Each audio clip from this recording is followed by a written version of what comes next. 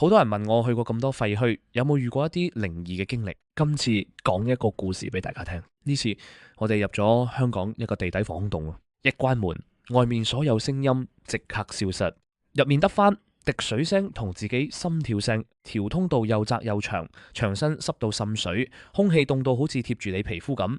最恐怖係完全冇信號，你一旦出事，冇人會知你喺邊。我哋一路行一路迷路，每個轉角都一樣，分唔到方向，好似不停喺同一個地方兜圈。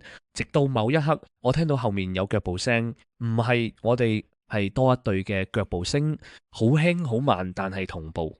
我停佢又停，我行快佢都行快，嗰種感覺好清楚，有嘢跟住我哋。我哋開始加快腳步，但係條路越行越黑，電筒照唔到盡頭。突然之間，後面傳嚟一聲啪，好似有人踩到水，我忍唔住轉頭，但電筒照到嘅只係一條空嘅通道，冇人，但係腳步聲仲喺度，而且越嚟越近。嗰一刻我先明，呢度唔係冇人，係有啲嘢一直喺黑暗入面等緊你行入嚟。